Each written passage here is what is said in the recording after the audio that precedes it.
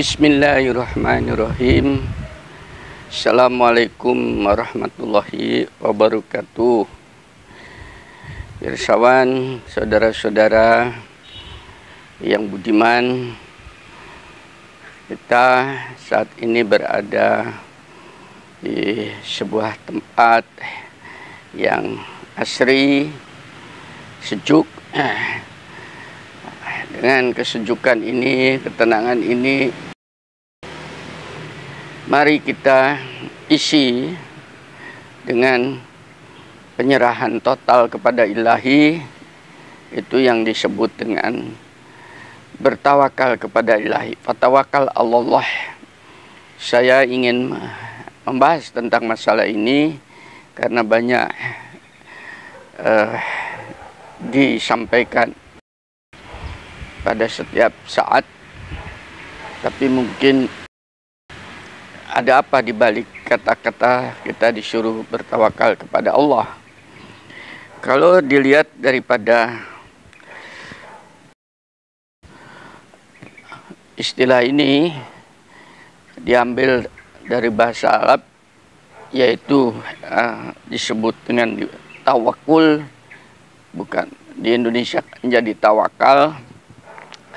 Artinya berserah diri atau menyerahkan segala urusan itu kepada sesuatu.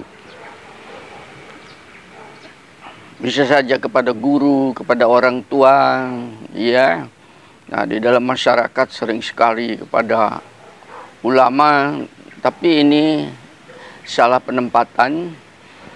Dalam konteks keislaman, tawakul atau tawakal ini adalah tawakal Allah lah. Bertawakallah hendaknya kepada Allah, bukan kepada yang lain, yaitu penyerahan sepenuhnya kepada Ilahi. Tapi ini perlu dipertegas, penyerahan kepada Ilahi itu bukan berarti kemudian kita menjadi stagnan atau berhenti. Sesuatu berserah diri itu baru kita lakukan apabila kita segala ikhtiar, segala daya upaya pemikiran telah kita perbuat, maka daya upaya itu kita serahkan kepada Ilahi. Itu yang dinamakan hanya sampai titik inilah kemampuan yang aku perbuat, itu pun atas daya rekayasa yang kau berikan kepada diriku, maka hasilnya aku kembalikan kepada engkau. Ini namanya tawakal. Kemudian apa yang menjadi tujuan utama kenapa kita disuruh bertawakal setiap saat kepada Ilahi, kepada Allah? Yang pertama, tawakal itu mengandung unsur kekuatan. Jadi pada dasarnya setelah kita ikhtiar, hasil apapun yang kita capai, kita tidak putus asa, dan itu ada merupakan kekuatan mental dalam segala hal. Ini diambil dari beberapa peristiwa atau kejadian di kalam Quran. Pada saat para sahabat dengan Rasulullah itu terjadi peperangan demi peperangan, ada beberapa kelompok orang di pasukan Rasul juga, ada yang ingin mundur, ada yang ingin maju. Maka disindir oleh Quran, ketika dua golongan dari pihak kamu ya ingin mundur karena takut melihat kekuatan musuh, kita akan kalah dan sebagainya, yang satu tidak. Padahal Allah adalah penolong mereka. Oleh Allah diperkuat. Allah yang akan menolong. Karena itu hendaklah kepada Allah saja orang-orang yang beriman bertawakal. Maju saja. Kalau kamu beriman dan kepada Allah, takdir itu akan kejadian. Itu di dalam kondisi peperangan fisik. Dan sungguh Allah telah menolong kamu dalam perang Badar, padahal kamu dalam keadaan lemah. Karena itu bertawakallah kepada Allah agar kamu mensyukurinya. Kita tahu di dalam peristiwa perang Badar, pasukan Rasulullah menghadapi 1000 pasukan Quraisy dari Mekah, berangkat dengan hampir 750 orang.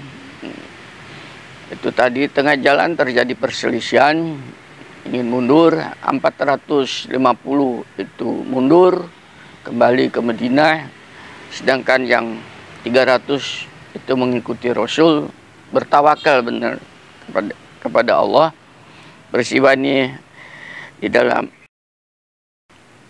Ali Imran, surat Ali Imran 122, 123 diabadikan. Ya. Disuruh bertawakal, kata Rasul, sudah bertawakal. Mudah-mudahan kita dikasih kemenangan. Dan benar, akhirnya dikasih kemenangan mental dan diturunkan pasukan-pasukan yang tidak nampak oleh kita. Khususnya adalah mentalitas, kekuatan, sehingga 1000 orang itu hancur. Karena bertawakal itu dalam kondisi fisik. Yang pertama, jadi siapapun Anda, kalau di dalam hidup itu sudah punya keyakinan, sudah tetap Anda jalan, kita ikhtiar bertawakal. Yang kedua adalah pertolongan. Tawakal itu menyebabkan kita bersandar kepada Ilahi, agar supaya kita berada di dalam pelukannya, di dalam penjagaannya, maka akan datanglah pertolongan dari Ilahi. Ini janji. Oleh karena iman ini janji Allah sebagai sebuah janji kebenaran. Jika Allah menolong kamu, maka tidak ada yang dapat mengalahkan kamu.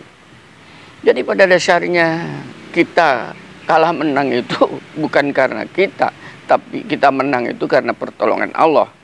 Tetapi jika Allah membiarkan kamu tidak memberikan pertolongan, maka siapa yang dapat menolong kamu setelah itu? Karena itu hendaklah kepada Allah saja orang-orang beriman bertawakal. Kembali di sini diingatkan, pertolongan itu akan datang kalau kita bertawakal. Takdir yang akan terjadi pada kita bukan urusan kita, tapi urusan Allah. Seandainya kita kalah dan kita bertawakal, maka kekalahan kita itu pada dasarnya kekalahan yang perlu kita syukurin. Karena itulah kehendak Allah.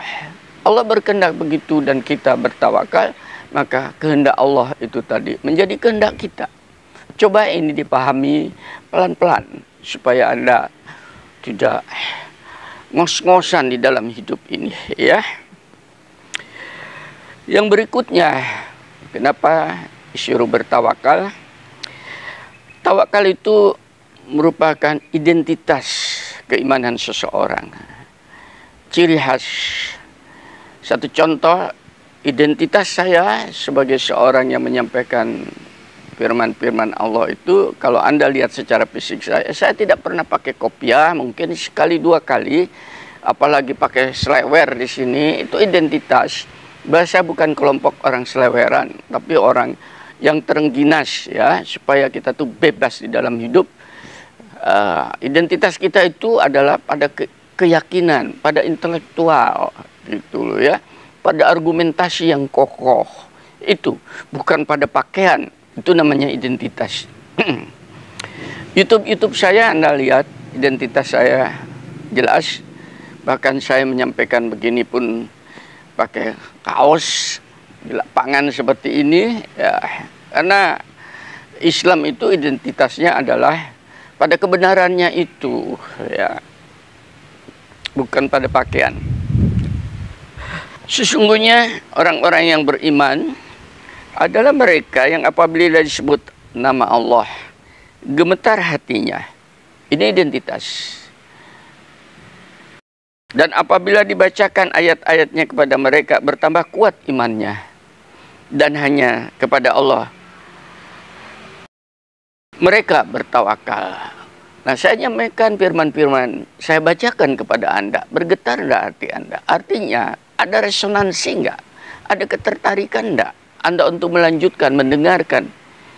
YouTube saya, atau paling tidak YouTube yang sedang sampai kepada Anda saat ini. Kalau Anda kemudian matikan, kamu lihat, ini bukan ciri orang-orang yang bertawakal. Mudah-mudahan yang sekarang sedang melihat video saya tidak termasuk orang-orang yang menjauh, tapi yang bergetar hatinya. Itu doa dari saya kepada Anda. Sebagai identitas, Anda beriman atau tidak. Yang berikutnya, kenapa disuruh bertawakal? Ini menjadi juga sebuah ciri bahwa yang bersangkutan itu adalah memiliki Allah, tidak memiliki yang lain. Makanya tidak bersandar kepada segala sesuatu di alam ini kecuali kepada Allah. Tidak bersandar kepada janji-janji manusia yang banyak dustanya, tapi kita bersandar kepada janji Allah. Karena janji Allah itu sudah nyata adanya.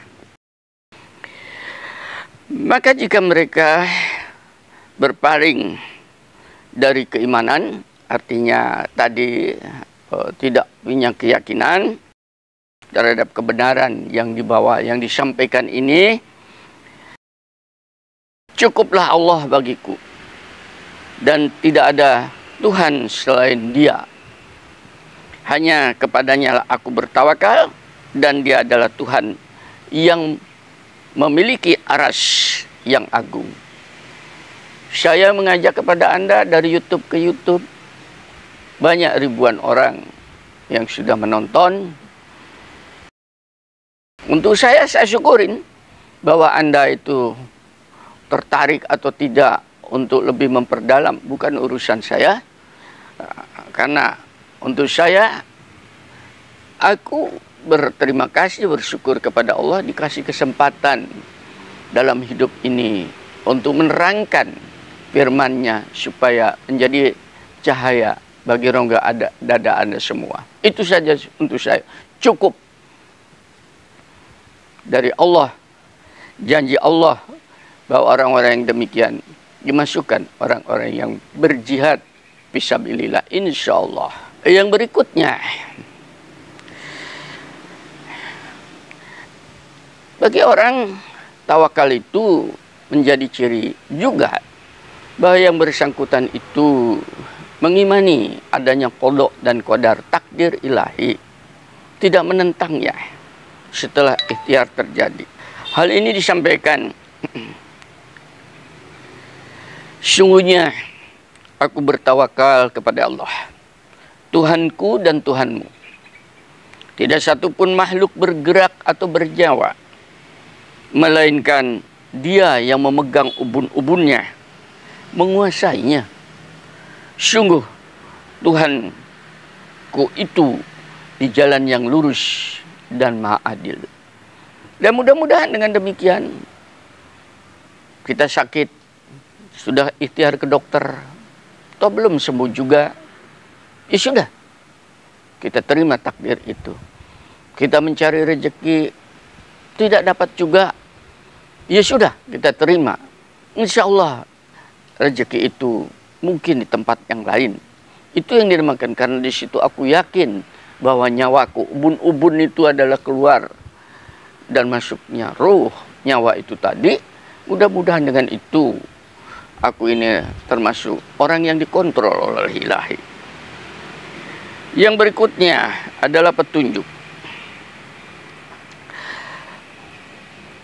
Tawakal ini adalah petunjuk bahwa di balik penyerahan diri situ ada sesuatu rahasia lain yang akan dibukakan sendiri oleh Allah, yang oleh kita tidak bisa terbuka. Pikiran kita sudah ruwet, hati kita sudah gelisah, energi sudah habis. Insya Allah di situ ada petunjuk lain. Dan dengan bertawakal itu, maka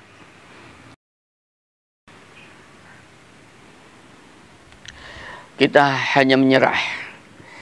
Aku hanya bermaksud untuk perbaikan pada diri kita ini dari waktu ke waktu selama kita ini masih sanggup.